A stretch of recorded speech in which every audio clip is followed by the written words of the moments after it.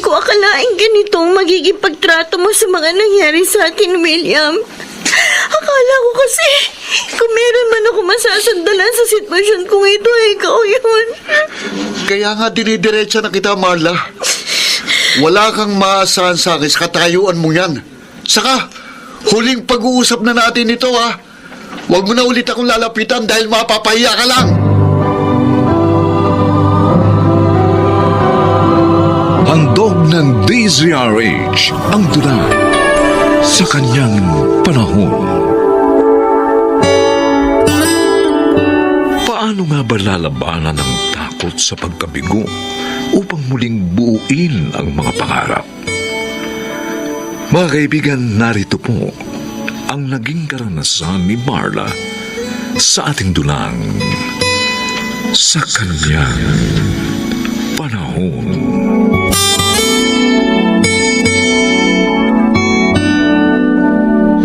Paligay ko, Ate Feli. Kapag nakatapos na sa kuleyo ngayong taon si Marla mo, pwede mo nang iwan ang pagluluto ng mga kakanin. Abay, pwede ka na mag-sitting pretty pagdating ng araw na yun, aba. Ay, yan talaga ang pinakihintay ko yugto ng buhay ko, Rosa. Pagod na ang katawan lupa ko sa kahahalo ng kalamay. Abay, kapag nakatapos siya, pagkakataon naman niya para buhayin ako. Mabilis lang naman nalilipas ang isang taon. Hindi ka maiinip, may anak ka ng teacher. Ay, pero magre-review pa rin siya para sa licensure exam, Rosa. Kailangan niya ipasa ang pagsusulit na yun. Kayang-kaya yun ni Marla. Kaya wala kang dapat ipag-alala sa dunong ng dalaga mo. Talagang kailangan niya seryosohin na magiging buhay namin sa hinaharap, Rosa. Abay, gusto ko na makahon sa hirap. Dahil kung isisilang akong muli, hindi ko na naisin pa ang buhay na ganito. Itinaga ko na yan sa bato.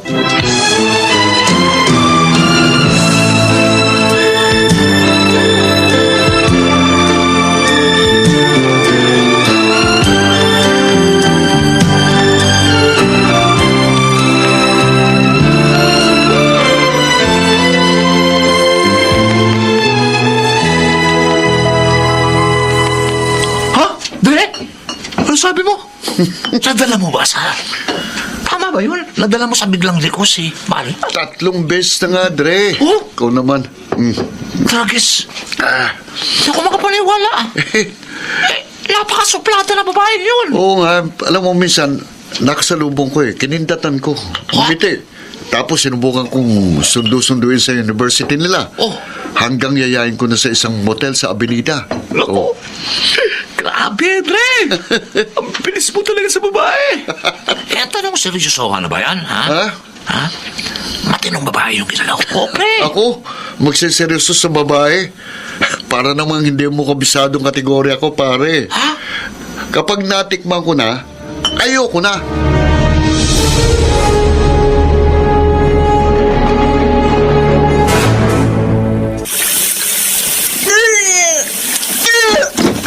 Marla? Ano yan? Bakit ka nagsusuka? Masakit po ang tiyan ko, Nay. Kailan ka huling dinat na ng buwan ng dalaw mo?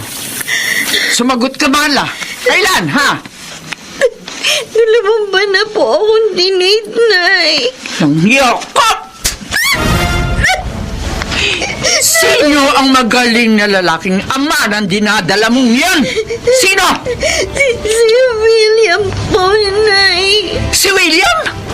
Yung haraga na manginginom na laging naka-standby dyan sa kanto? Yung sumasali sa riot? Yung pasimuno ng mga gulo dito sa looban? Opo, Nay. Walang joke ka talaga. Napakatanga mong babae. Napakatanga mo. Anong kinabukasan na maibibigay sa'yo ng hayop na lalaking yun? Ano? Tama na. Matawagan niyo ako. Naging mahina po ako. Umalis ka sa harapan ko. Nay! Huwag ka nang tatapak sa bahay na ito kahit kailan. Kalilimutan na kitang anak ko. Kalimutan mo na rin ako ang iyong ina. At mula sa araw na ito, sinusumpa kita. Gagapon ka sa hirap. Mamamatay ka sa hirap.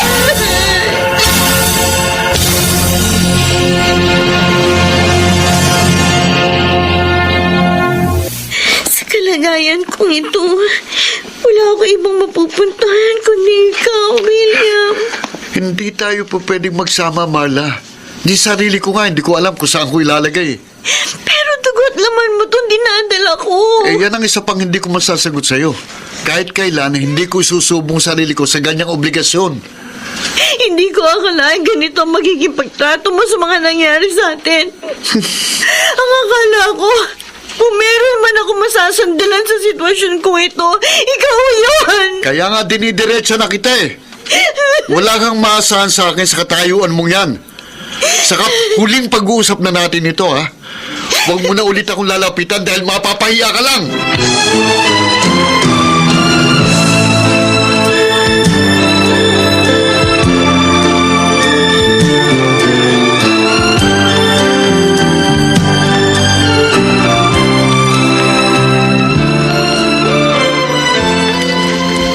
Alam lang niya na hindi na para sa akin ang lahat ang pangarap ko. Kung hindi para sa kanya na. Pero, trinaydor niya ako, Rosa. Ako, wala akong ibang dasal, kundi hari nawang humupa na sa mga pagitan nyo ni Marla ang nilikang sugat ng mga pangyayari. At magkapatawaran na kayong mag-ina, Ate Feli. Ang sakit. Sakit, Rosa. Buong buhay ko. Lahat ng mga pagsisikap ko, inilaan ko lahat para sa kanya. Ang pinakagagawin lang sana niya, yung tapusin ang kanyang pag-aaral. Pero anong ginawa niya? Nagpabuntis lamang siya sa isang bastardo. Pero ang tungkulin pa rin natin kasi bilang mga magulang mahalin at patnubayan pa rin natin ang ating mga anak sa kabila ng pagkaligaw nila ng landas. Hindi ko mapapatawad si Marla, Rosa.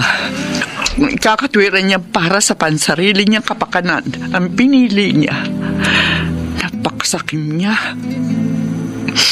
Hindi niya na ako binigyang halaga. Kinalimutan niya, pananagutan niya sa akin bilang kanyang ina.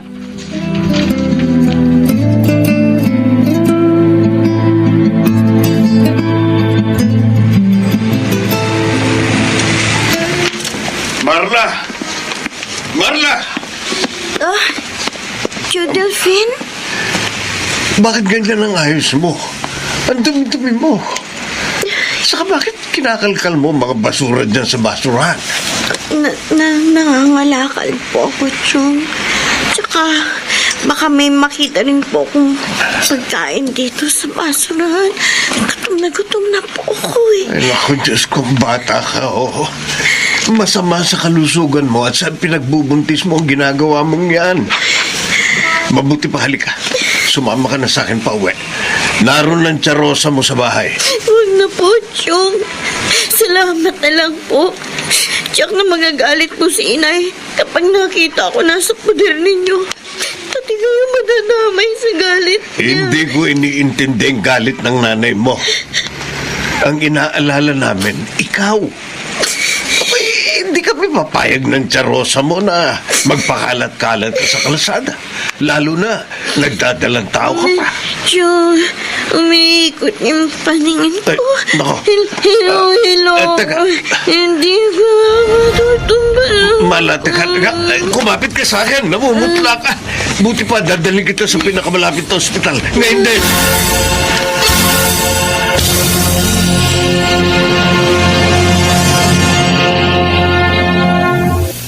Pinarurusahan ni Marla ang sarili niya dahil yun ang akala niya makababawas ng galit mo.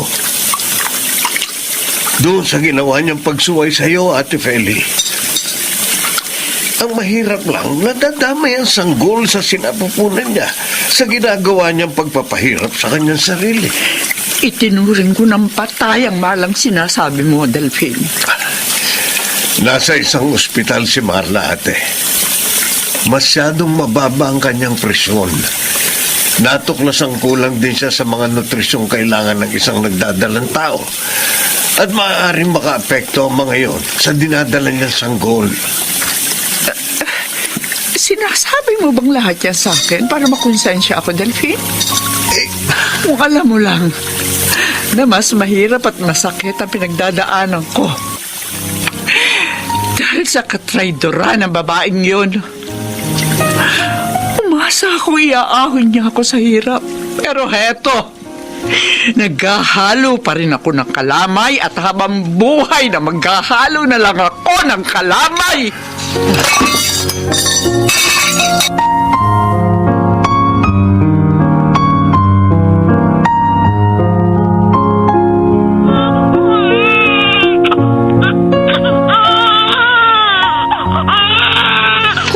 Marla, kaganda babae ng anak mo, oh. Kakapal ng buhok at kaganda ng kutis. O eto, oh, pagmasdan mo siya, itatabi ko sa iyo. Ang anak ko. Totoo po pala lahat ng mga sinabi niya sa kanya. Rosa. Oo, at tingnan mo, oh. Nakuha niya pati yung mukha mong bilugan. Pati ka mo kulay tsokolate mong mga mata, oh. Napakaganda po ng anak ko. Ang lagay ba niyan eh? Ikaw lang ang may karapatang makakita at makahawak sa apo ko, Rosa. Si Ate Feli, oh. Inay, Kapag lumabas na kayo rito sa ospital ng apo ko, abay magtatampo ako kapag sa bahay pa ng Tia Rosa mo kayo tutuloy. totoo po ba yung narinig ko, Nay? Oy, bakit? Saan ka ba nakatira? Eh, sino ba ang nanay mo? Nay, maraming salamat po sa pagtanggap niya sa amin na anak ko. Napakaligaya ko po ngayong araw na to sa ipinagkaloob ninyong pagpapatawad. Pero sa isang kondisyon, Ano pong kondisyon, Inay? na ipagpapatuloy mo ang pag-aaral mo. Tatapusin mo yung naiwan mo pang 1 taon sa kolehiyo. Opo, Inay. Gusto ko rin po talagang matapos ang kurso ko. Gusto ko po. Dahil sa pagkakataong ito, hindi lamang ang sarili mong buhay ang kailangan mong sinupin, kundi pati na rin ang magiging kinabukasan ng iyong anak. Hindi na ako makakasama mong haharap sa mga pagsubok upang labanan ang agos ng buhay, Marla. At ngayong isa ka na ring ina, matutuklasan mo ang iba't ibang kahulugan ng salitang sakripisyo.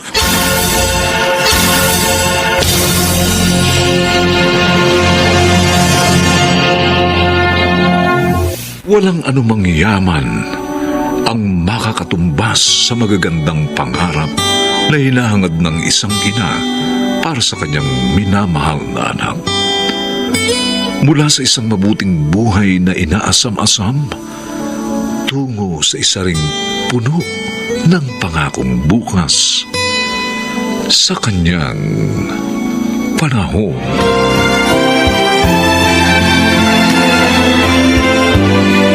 Mga nagsiganap, Chiquit del Carmen Amor, Susan Robles,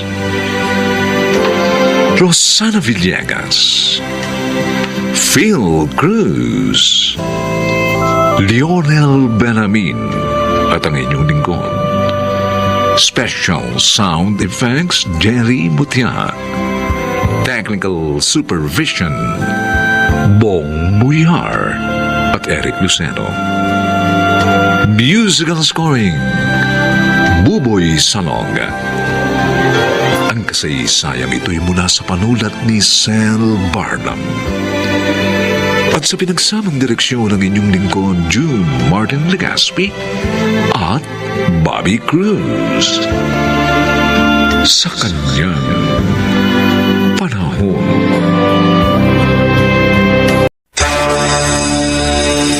Huminahon ka! Huwag ka munang basta magalit, Donato. Alamin muna natin ang punot dulo ng lahat. Inay, sinuntok ang anak ko. Tapos sasabihin niyo, wag akong magalit. Anong klaseng payo ba yan? Pupuntahan kong walang yung batang yun. Igaganti kong anak ko.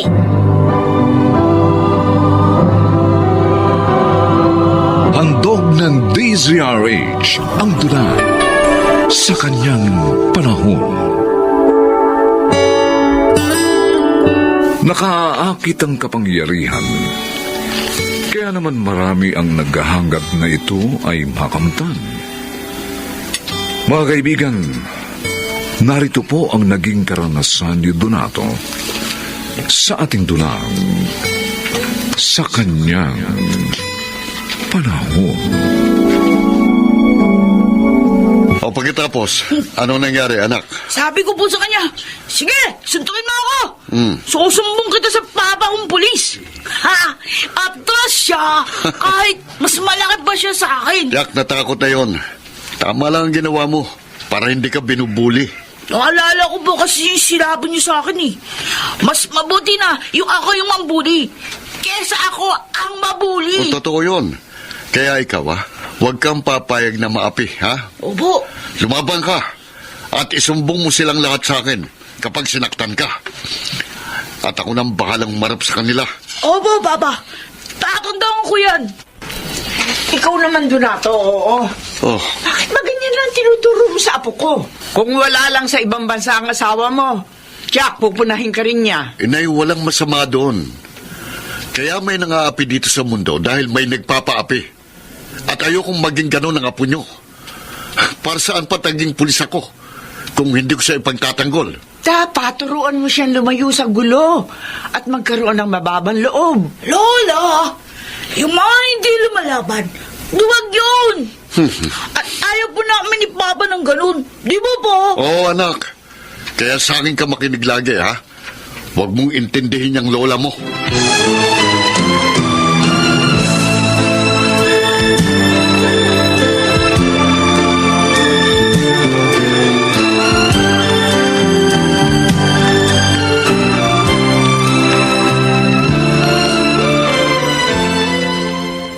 Sobra naman ang anak ninyo, Aling Salud. Masyadong mabigat ang kamay sa mga bata. Bakit, Martin? Ano ba ginawa ni Donato? Naglalaro yung mga anak ko. Oh, Napunta ho ron sa bago niyang kotse. Aba, binatukan niya agad yung mga yun. ano? Pwede naman ho niya pagsabihang lumayo dun para wag magasgasan yung kotse niya. Kaso, binatukan niya kaagad. At saka niya pinagsisigawan. Maria Josep, pasensya ka na, Martin, ha? Ako na humihingi ng paumanhin sa masamang ginawa ng anak ko. Kumisan kasi, pabigla-bigla itong si Donato, Porke pulis siya, malakas ang loob niyang saktan yung mga hindi makagaganti sa kanya. Ganun ba yun? Ewan ko ba kung bakit ganun siya. Hindi naman namin siya pinalaking barumbado.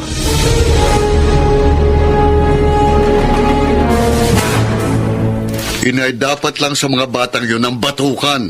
Dahil matigas ang ulo nila. Hindi maglaro sa bakuran nila. Ang ingay pa.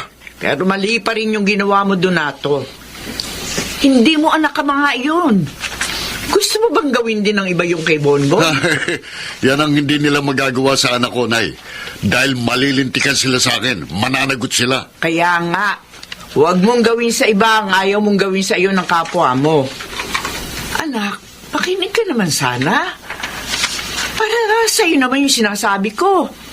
Mali na gawin mo panakot sa mga tao ang kapangyarihang ibinigay sa iyo ng batas. Tama na nga usapang ito. Sinisira niyo araw ko eh.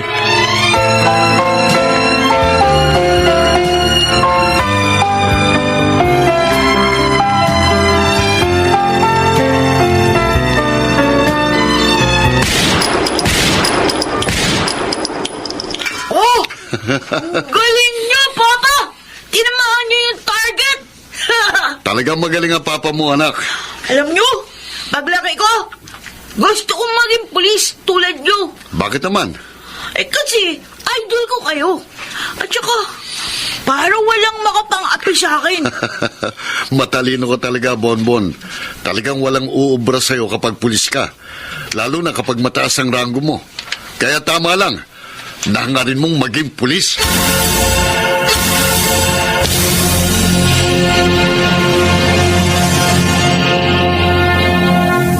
Lito, Apo, Po, halika nang kumain at habang mainit pa itong pagkain, mamaya mo na ituloy ang pagbabasa mo.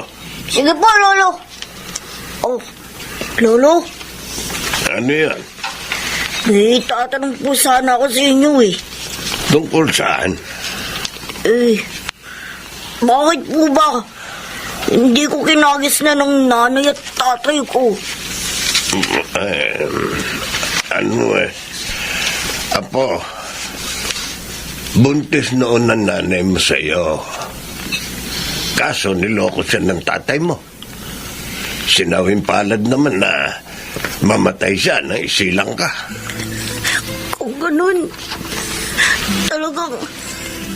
talagang putok ako sa buho. Ano? Apo, may magulang ka. Huwag mong pansinin ang madalas na panunukso sa'yo ni Bonbon. Ingit lang yun sa'yo dahil mas matalino ka sa kanya. Minsan po kasi, Lolo, nakakabi ko na siya eh. Lagi na lang niya akong pinapaya sa mga tao. Lagi niyang pinapanakot ang papa niyang pulis. Hayaan mo, Apo. Kakausapin ko si Salud, yung lola ni Bonbon. Baka sakaling mapagsabihan niya ang kanyang apo at makinig sa kanya.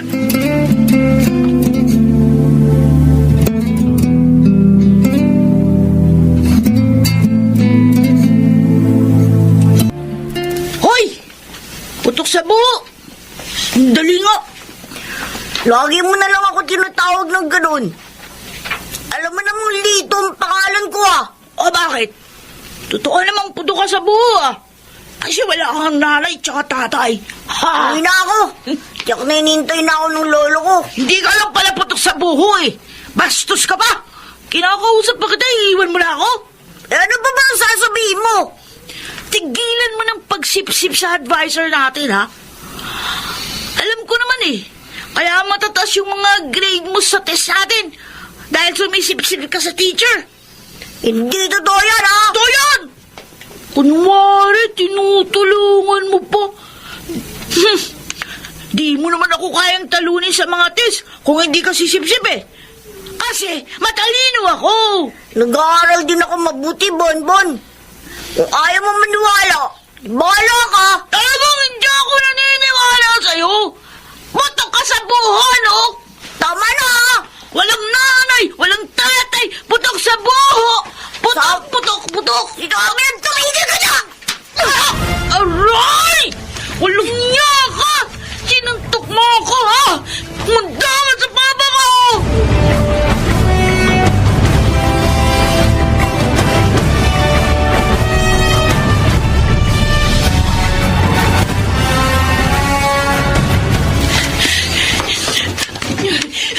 Papa!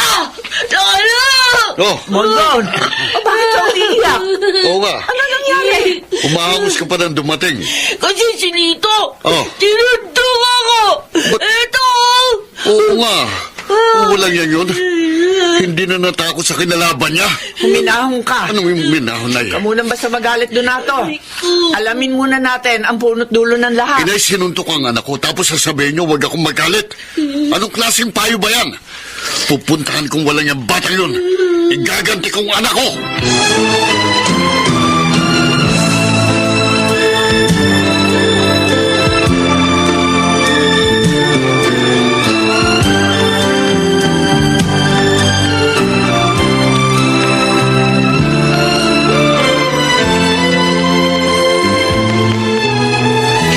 Sargento, pasensya na kayo sa apo ko. Nabigla lang siya sa pagkasuntok sa anak nyo. Nagalit lang talaga sa pagtawag sa kanya ng putok sa buho ni Bonbon. At ang ibig niyo sabihin, kasalanan ng anak ko, ganon.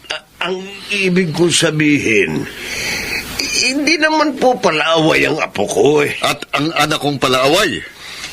Ang hirap sa inyo, Mangklaro. Matanda na kayo, wala pa kayong pinagkatandaan. Sakit nyo naman magsalita, Sargento Donato. Tama na po, Lolo Claro. Dahil ipinagtatanggol mo pang apo mo, kasalanan naman niya talaga. Maniwala po kayo. Si Bonbon po talagang nangulang mga asar. Sinungaling! Kahit sa akin. Sinungaling ka! Dapat sa'yo turuan na leksyon. Sargento, teka, babarilin yung apo ko. Lolo. Huwag naman, Sargento. Huwag, ha? Bata yan eh, maawa ka. Ganon. Kung ganon, magsama kayo!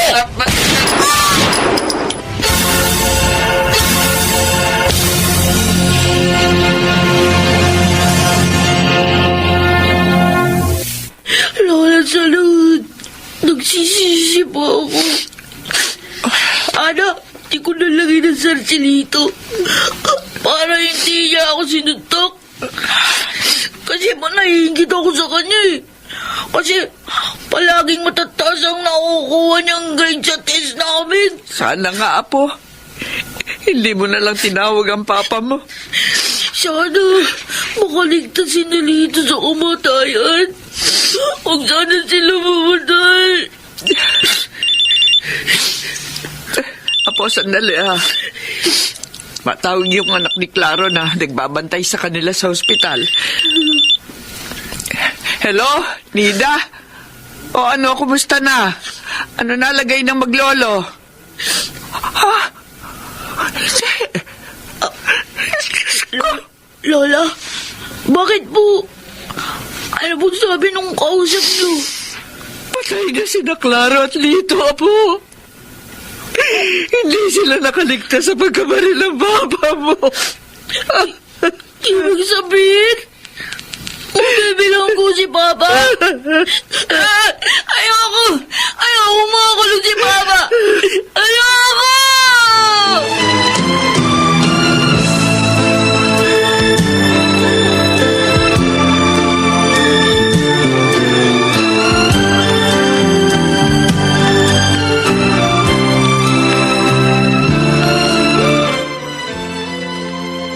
Inay, mabuti dumating na kayo. Kanina ko pa kayo hinihintay. Hinintay ko pa yung tawag ng nagbabantay kina Claro. Kaya ngayon lang ako nakapunta Kumusta ho? Nagkamalay na ba si Mang Claro? Si Lito, ano nang nangyari sa kanya? Inay, kahit sagutin pa natin ang lahat ng gastos nila at bigyan pa natin sila ng pera, gawin nyo. Ang importante, makalaya ako dito. Anak, tatagan mo sana loob mo. Ano pa ibig nyo sabihin? At bakit kayo umiyak? Ano na ba nangyari? Wala na yung mga binaril mo. Oh, Patay na si Lito at Mang Claro. hindi. Diyos ko. Ano itong nagawa ko? Paano na ako ngayon? Paano na?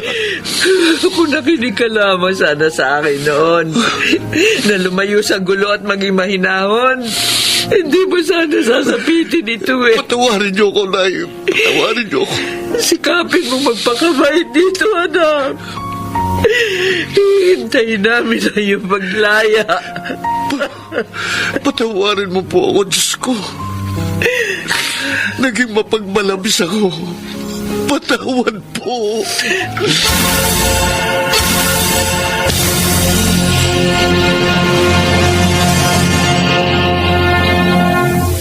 Di lamang alak, droga at salapi ang nakalalasing, kundi maging ang kapangyarihan. Kaya marapal lamang na ito'y gamitin ng tama upang huwag mapahamak sa kanyang panahon.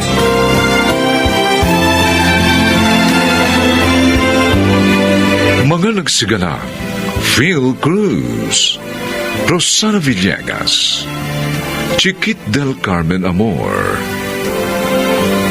Bobby Cruz, Lionel Benjamin, at Susan Robles.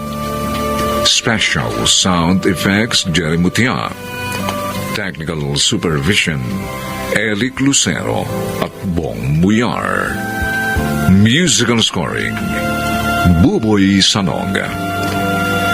Ang kasaysayang ito'y mula sa panulat ni Telma Corporal Alcantara at sa pinagsamang direksyon ng inyong lingkod June Martin Legaspi at Bobby Cruz. Sa kanyang panahon.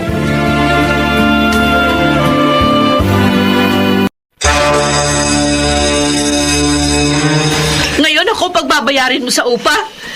Wala ka na bang pangarap para sa amin ng anak natin? Hindi mo na ba kami mahal? Ang dami mong drama. Ano gusto mo? Patayin ako ng pinagkakautangan ko? Kung nagtatrabaho ka, hindi mangyayari ito sa'yo. Kaso tamad ka, sugarol pa. Gaga! Ah! Aray ka! Ha? Naluluntok ka na ngayon! Dahil ang dasal mo!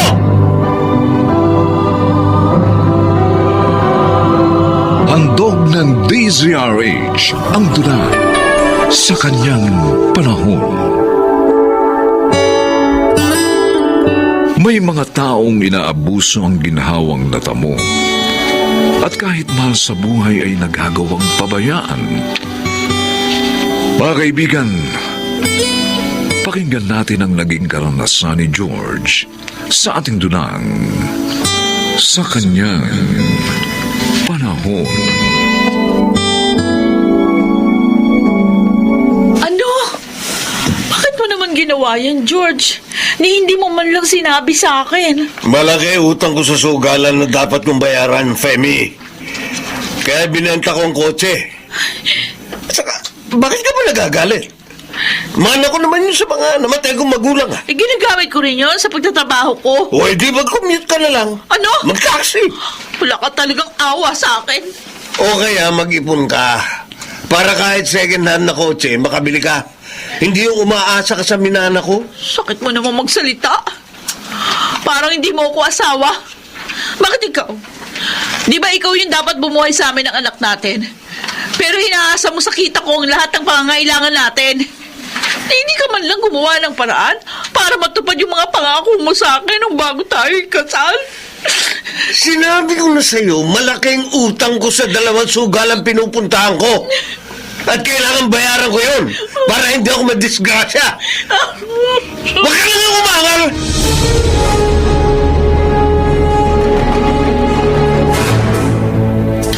Galit na galit talaga ako sa kanya, Hazel. Parang hindi niya na ako pinapahalagahan. Mula binata pa si George, di ba mahilig na talaga siya magsugal? Oo. O sa kabila no, nagpakasal ka pa rin sa kanya. Akala ko magbabago siya. Kaso lalo pa siyang nalulung sa bisyo. Nang namatay yung mga biyanan ko. At may manahin siya sa mga yun. Dapat kasi, hindi ka na lang nagpakasal sa kanya, Femi. Gary, Huwag ka sanang magalit kung narinig kong pag-uusap nyo, ha? Yayayain ko sana kayo mag-lunch, eh. At doon ko narinig ang kwentuhan nyo. Oh my gosh! Lunchtime na pala. Eh, halika na, Femi. Kumain na tayo. Oo nga naman. sige na. Mauna na kayo. Kalimutan mo muna kahit sandaling problema mo sa asawa mo na makakain ka at makapagtrabaho ng maayos.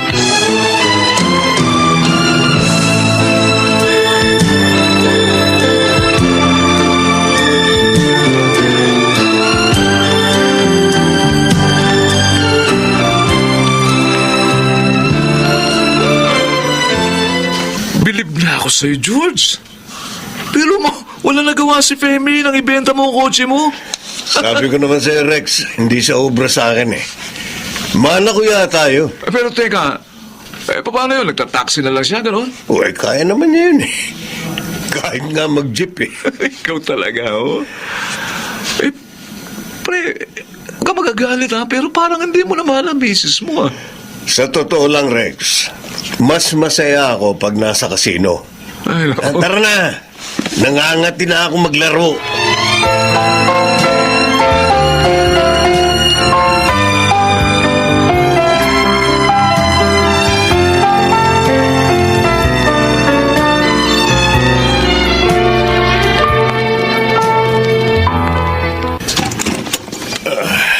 Mabuti naman. Naalala mo pa kung saan yung bahay mo, George? Remy, pwede ba pagod ako ah? Huwag mo akong bungangaan. 3 araw kang hindi umuwi. Pagkatapos yan ang maririnig ko sa'yo. Bakit saan ka napagod? Sa kasino o sa babae mo? Wala akong babae. Antok na ako. Galing kami ni Rex sa kasino. Kaya pwede ba? Matulugin mo na ako. Kailan ka pa magbabago? Kailan mo titigilan yung bisyo mo? Lumalaki ng anak natin. Ganon din yung pangangailangan niya. Kailangan ko ang tulong mo. Bullshit na buhay to. Buti pa hindi ako umuwi. Makaalis na nga lang. O yan, ganyan. Ganyan ka kapag nasasabihan. Lumalayas!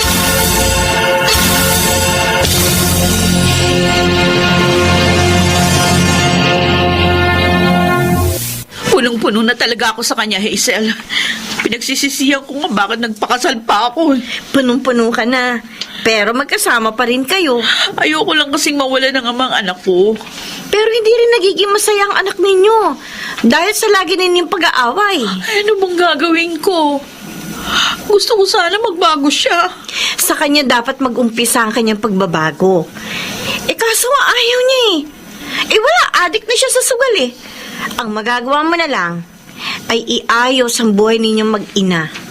Alam mo, hiwalayan mo na yan para matahimik ka at makapagtrabaho ka na maayos.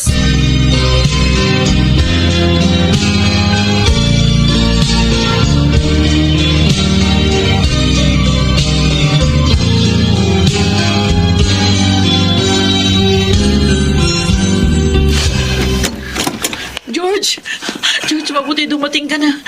May nagpunta dito kanina, Mysterious ang pangalan. Ang sabi, siya na raw ang may-ari nitong bahay at lupa.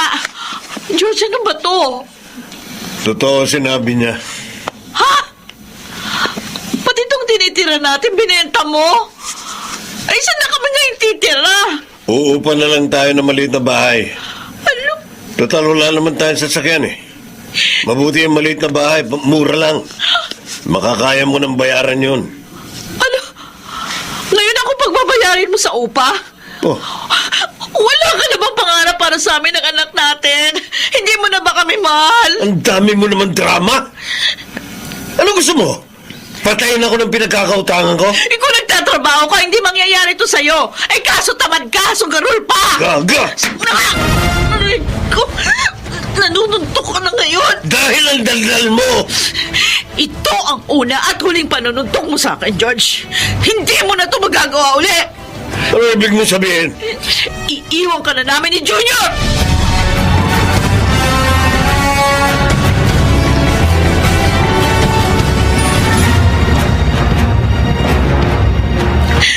Tita Pilar, iniwan na namin siya. Sobra ng pagtitiis ko. Ayoko na. Sobra. Naunawaan kita, Pemi. May magagawa nga lang sana ako para magbagong pamangkin ko. Ginawa ko na. Ang hirap kasi, pati ako ayaw pakinggan. Hoy, sana kayo tutuloy ngayon ng aking apo. Sa amin po. Sinabi ko na po kina Inay at Ita yung nangyari. Dumaan lang ako dito sa inyo para nga ipaalam ang lahat. Kung kailangan mo ng tulong, Iha, tawagan mo ako, ha? Huwag ka mahihiya. At handa akong tulungan kayo ng aking apo.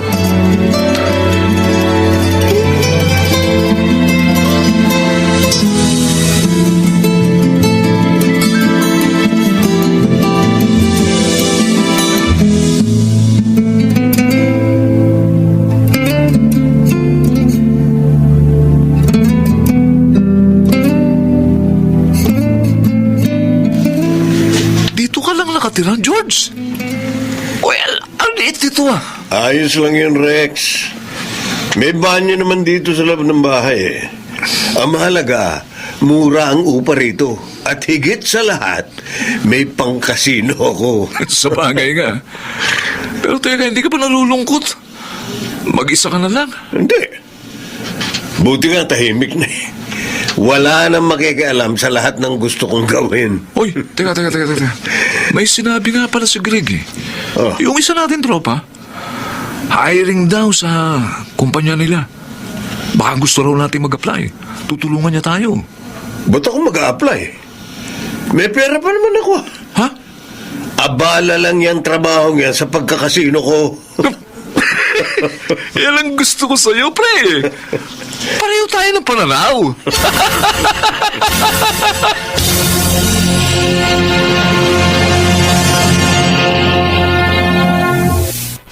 You mean, mag-a-abroad ka kasama ni Gary? Ipapasok niya ako sa company ng tita niya sa Hong Kong. At doon din siya magtatrabaho. Wow, magkasama kayo? Sinagot mo na ba siya? Hindi pa. Pero, aaminin ko, may nararamdaman ako para sa kanya. Paano na si George? Nung makipaghiwalay ako sa kanya, kasabay nun, naglaho yung feelings ko. Kasalanan niya yun. Sa bagay, tama ka. Itinula ka niya para lumayo sa kanya. Di malaki ang chance na maging kayo ni Gary. Kung makapaghihintay siya na maghilom ang sugat sa puso ko na nilikha ni George.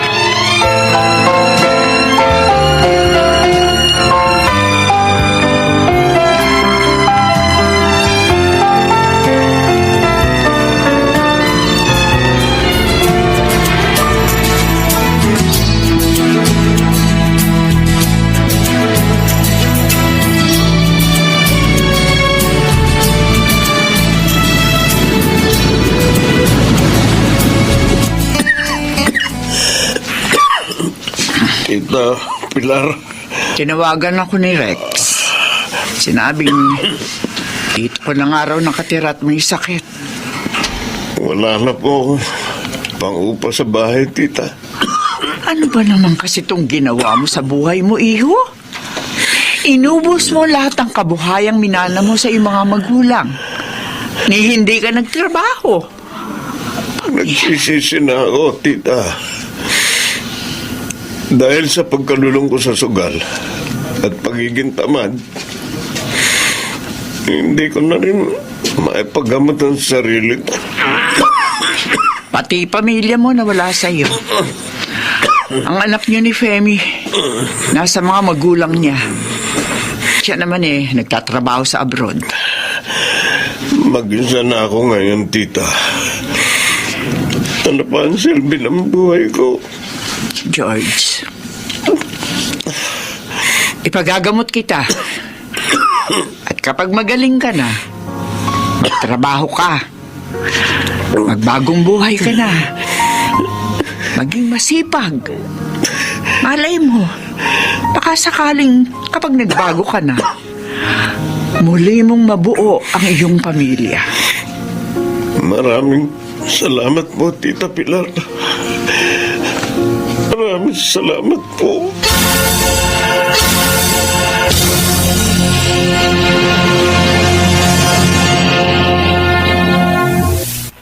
Ang katamaran at kalayawan ay naghahatid sa tao sa kapahamakan. Kaya marapat na ito'y layuan upang di masira ang magandang sinimulan sa kanyang panahon.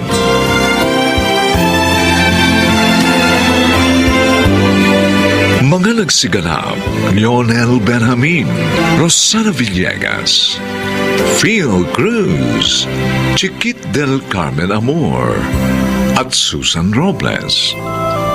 Special sound effects, Jerry Mutia. Technical supervision, Bong Muyar at Eric Lucero. Musical scoring, Buboy Salong. Ang kasaysayang ito'y mula sa panulat ni Telma Corporal Alcantara at sa pinagsamang direksyon ng inyong lingkod June Martin Legaspi at Bobby Cruz. Sa kanyang panahon. Queenie, ito ang tatandaan mo. Hindi ako nagkulang sa inyo. Maaaring hindi niyo ako nakasama sa mahabang panahon. Pero sinikap ko namang maging mabuting ina sa inyo. Pinag-aral ko kayo. Sinunod ko ang layaw niyo. Sinikap kong puna ng mga pagkukulang sa inyo ng magaling niyong ama. Handog ng DZRH ang tula sa kanyang panahon. Mahirap para sa ina ang mawalay sa kanyang mga anak. Ngunit marami sa kanila ang tinitiis ang pangungulila para makapanghibang bansa at makapagtrabaho. Masakit man sa puso, ngunit kailangang gawin, sabagat para ito sa kapakanan ng kanyang pamilya. Mga kaibigan, narito po ang naging karanasan ni Rosie, isang OFW na ina, sa ating dunang sa kanyang panahon.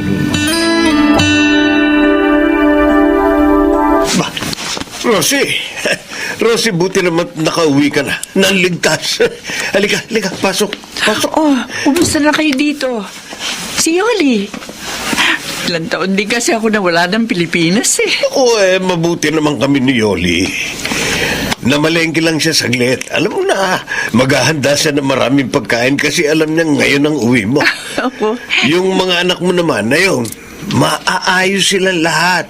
Hindi ba sila nagbigay ng sakit ng ulo sa iyo habang nasa Japan ako? Mababait naman ang mga anak mo Kaya hindi kami nahirapan ni Yoli na alagaan sila. Ay, buti naman kung ganon. Siya nga pala, nasaan yung mga anak ko? Kakauwi lang ni Danny galing ng eskwelahan. Nasa kwarto lang niya siya, nagbibihis. Si Queen na naman, hindi pa umuwi, pero huwag ka maglala. Pauwi na rin yun. Gusto ko sana makausap si Queenie, kuya. Baka kasi nagtatampo pa rin siya sa akin. Kasi nga, hindi ako nakauwi nung dibo niya. Hindi naman nagtatampo yun, Rosie. Naiintindihan naman niya siguro yung dahilan kung bakit napospone ang pag-uwi mo. Matured na yan si Queenie. Ay, sana nga, Kuya Romy. Ay, tawagin ko lang si Danny, ha? Danny! Danny! Nandito na ang mama mo! Ah, talaga po. Sige po, Tito Romy. Bababa na po ako. Nandito. Ma! Danny! Ma! Danny, anak po, Yakop naman. Oh, ma. Ang laki mo na. 13 years old ka pa lang nung iniwang kita, di ba? Pero ngayon, binata ka na. Namiss ko po kayo, ma. Buti, umuwi na po kayo. O siya nga pala, meron akong pasalubong sa'yo. Hindi ba, hiniling mo sa akin na gusto mo magkaroon ng PSP? Binili kita. Naku. Ayan. Ano, nagustuhan mo? Opo, ma, opo. Nagustuhan ko po. Oh, eto na pala ang pangalan mo eh. Oy, Queenie, anak! Oh, Willie. Bakit hindi mo batiin ang mama mo? Ba't nilampasan mo lang siya? Hindi ka pa masaya at umuwi na ang mama mo? Pagod ako. Papahinga na po ako. Queenie, ano ba? Huwag ka naman ganyan sa mama mo. Anong gusto niyong gawin ko, Tito? Batiin ko siya? Okay, sige. Welcome home, Mami. Anak, nagtatampo ka pa rin ba sa akin? Kasi hindi ako nakauwi sa araw ng dibo mo? Hindi ako doon nagtatampo. Expected ko na naman yun na mangyayari. Tsaka hindi na ako na-surpresa pa. Wala naman talaga kayong panahon sa akin, di ba? Hindi ako umuwi noon kasi nanghinayang ako. In-extend yung kontrata ko. Nilakihan kasi ng employer ko yung sahod ko. Tapos, nagkataon, malapit na Pasko noon. Mag-enroll na naman kayo. Kaya, kahit nalulungkot ako, tiniis ko yun. Para sa ganun, may maipang-aral lang kayo. Pero ma, hindi sa lahat ng oras perang kailangan namin. Ate Queenie, huwag na kayong mag-away ni Mama. Kakauwi lang niya eh. Hindi ako nakikipag-away, Danny. Sinasabi ko lang sa kanya kung ano yung pagkukulang niya sa atin. Ngayon, kung ikaw, okay lang sa'yo ang lahat, kasi may PSP siyang binigay sa'yo, ako hindi.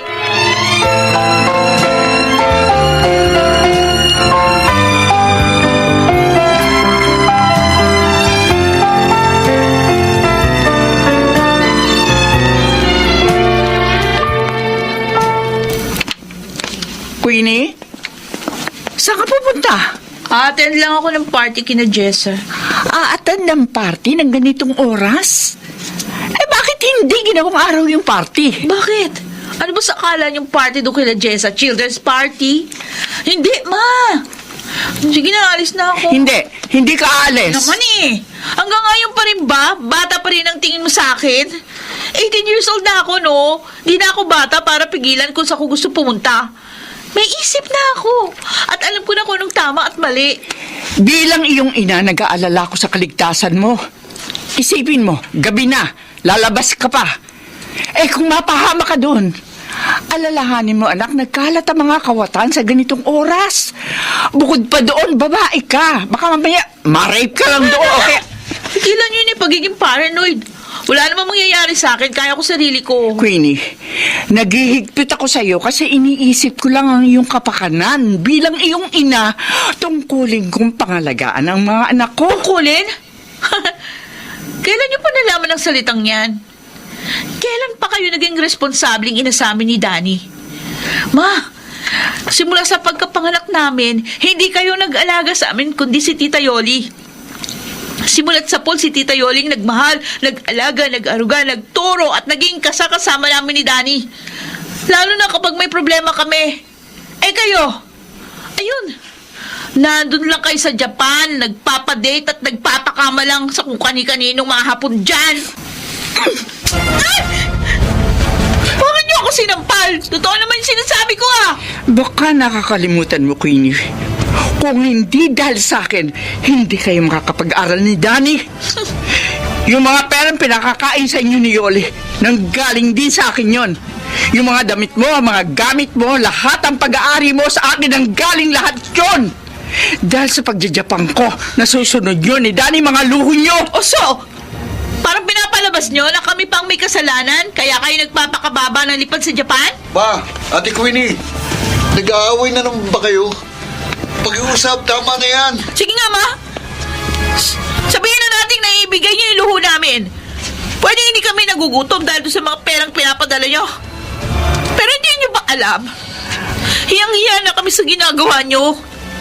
Lahat ng kapitbahay natin kayo pinag-uusapan. Presyo ba dumido kayong babae? Tapos, wala silang dinidikit sa pangalan nyo, kundi Japayuki. Bako alam nila kung gaano kasakit sa akin ang laitin at husgahan ng iba. Ang pagkatao ko dahil sa isang hamak ng Japayuking nanay ko. Anak, hindi ko gusto tong ginagawa ko. Di nyo pala gusto ba't ginagawa nyo? Sige! Kung hindi mo na kayang tiisin pa mga panlalait nila at kung sukdulan mo na ako ikinakaya, sige, humayo ka. Kung gusto mong umalis sa bahay na ito, bahala ka. Kung gusto mong tumira sa probinsya ng tatay mo, sige lang. Hindi kita pipigilan. Pero Queenie, maaari nga, iniwan ko kayo noon para magtrabaho sa ibang bansa. Pero hindi ako naging isang masamang ina sa iyo. Tandaan mo yan!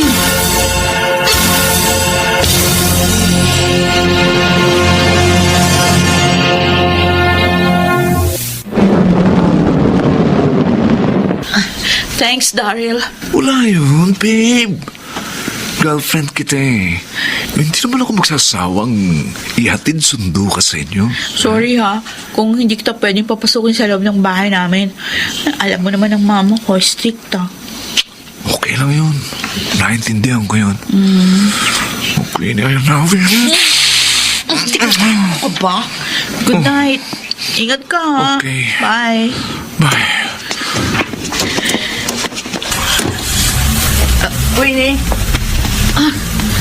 Nandiyan pa pala kayo? Hey, pwede ba mapagod ako? Magpapahinga na ako. sa palagay mo, uwi pa ba ng isang matinong babae ang ganitong oras? Hindi Ha? na ako bata. Alam ko na ginagawa ko. Maling lalaki ang pinili mo. At paano kayo nakakasigurong mali yung decision ko na piliin si Daryl? Hindi si Daryl ang nararapat na lalaki para sa'yo. Sagana lamang siya sa forma. Nag-aaral pa lang kayo, pero kung umasta akala mo may sarili ng pera. Pero wag ka. Umaasa pa lang yan sa allowance na ibinibigay sa kanya ng kanyang mga magulang. Yung panggasolina niya sa kanyang sasakyan, malamang sa mga magulang pa niya hinihingi. Kaya kayo hinahusgahan ng ibang tao? Kasi mapanghusga din kayo. Dahil lang ba sa maporma si Daryl, huhusgahan nyo na siya na walang kwentang tao? Bakit kayo? May kwenta ba kayo? Labastang ka sa inom mo. Ba't hindi kayo makasagot? Kasi alam nyo wala.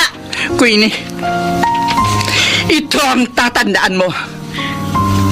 Hindi ako nagkulang sa inyo. Maaari hindi niyo ako nakasama sa mahabang panahon.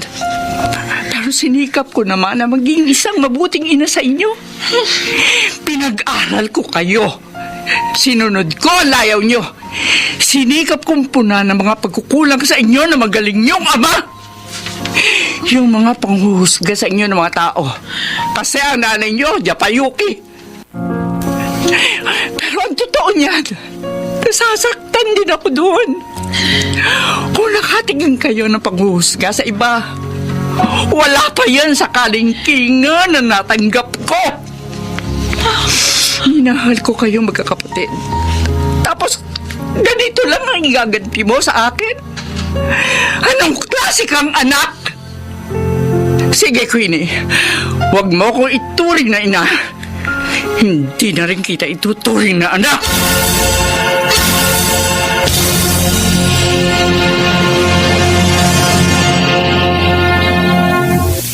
Uy, Bes, ano na naman ang problema mo? Bakit para matamlay ka? Steffi, sa totoo nga masama pakiramdam mo ngayon eh. Para akong magkakasakit. Pero okay lang, kaya ko to. Uy, siya nga pala. Nag-away na naman ba kayo ni Tita Rosie? Oo.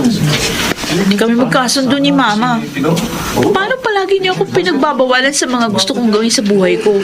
Tapos kung tatuhin niya ako parang bata. As if naman, makakabawi siya sa akin sa ginawa niyang pagtalikod sa amin noon. Uy, Queenie, hindi ka naman tinalikuran ng mama mo.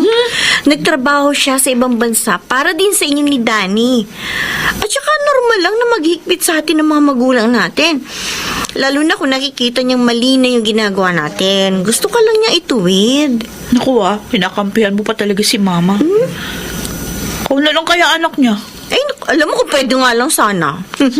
Alam mo, Bes, napakaswerte mo pa rin. Kasi meron kang nanay na nagmamahal sa'yo. Ako nga, ulila. Bata pa lang ako nung namatay si Mama. Ay, naku, Queenie.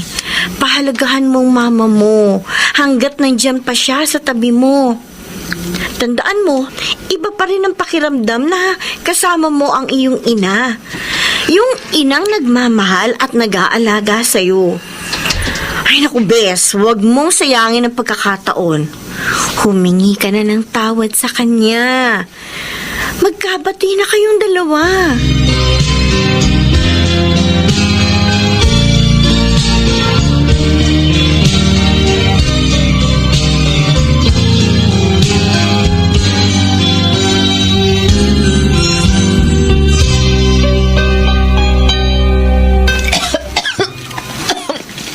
Grabe. Ang sama talaga ng pakiramdam ko. Queenie? Anak? O ano? Kamusta nalagay mo? Okay ka lang ba? Bakit nandito kayo? Siyempre, naririto ako para alagaan ka. Lagaan? Kailan pa kayo nagkaroon ng pagmamalasakit sa akin, ha? Huwag ka naman sanang ganyan sa akin, Queenie. Anak kita. Kaya may care ako sa'yo. Teka, sa lating ko, mainit ka pa rin ah. Bakit kaya hindi bumababa ang lagnat mo? Kasi baka mali pag-aalagaan niyo. Anak, ang isang ina kailanman hindi nagkakamali sa pag-aalaga. Talaga? Alam ko, nagtatampo ka pa rin sa akin hanggang ngayon. Sana mapatawad mo na ako, Queenie. Inaamin ko, marami ako naging pagkukulang sa'yo. Pero sana naman kalimutan mo na yun. Naririto na ako para bumawi sa'yo. Mahal niyo ba talaga ako? Saksi ko ang Diyos kung gaano ko kayo kamahal, Danny. Anak, mahal na mahal kita. At kahit galit ka sa akin at palagi mo akong pinagtatabo yan, hindi magbabago ang mga nararamdaman ko para sa'yo. Sa totoo lang, gusto ko pakita sa inyo, mahal ko rin kayo. Kaso natatakot ako. Kasi baka mamaya umalis na naman kayo, iiwan niyo na naman ako. Gusto kong maramdaman ang pagmamahal mula sa inyo. Pero hindi ko yun maramdaman. Dahil palagi kayong wala. Ako hindi, anak. Sana huwag na kayo umalis. Dito na lang kayo. Total malaki na kami ni Danny. Pwede naman kami tumulong sa inyo sa paghahanap buhay. Huwag niyo na kami iwan, please.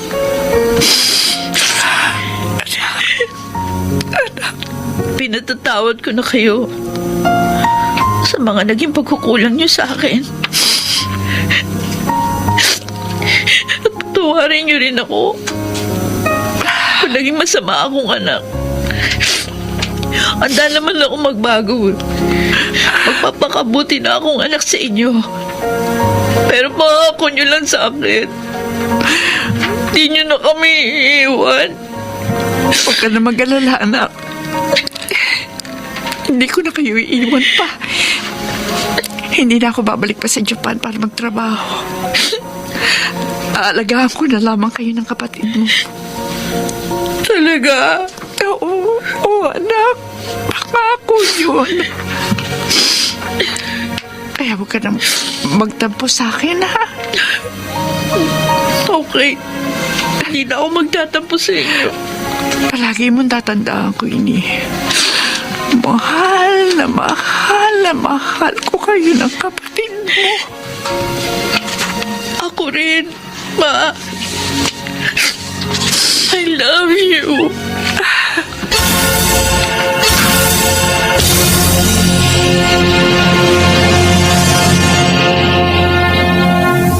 Walang magulang sa mundo ang naghangad ng mga ibang bansa upang iwan ang kanilang mga anak. Kung alam lang natin ang kirot sa dibdib na unti-unti kang lumalaki nang wala man lang silang nabubuong mga alaala, nakapiling ka. Unawain natin ang ating mga magulang na OFW. Nagsasakripisyo sila upang may maitustos sila sa atin at masiguro ang ating kinabukasan. Magandang kinabukasan sa kanyang panahon.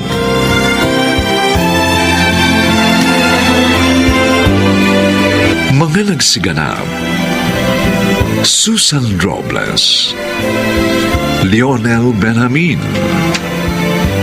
Phil Cruz, Chiquit del Carmen Amor,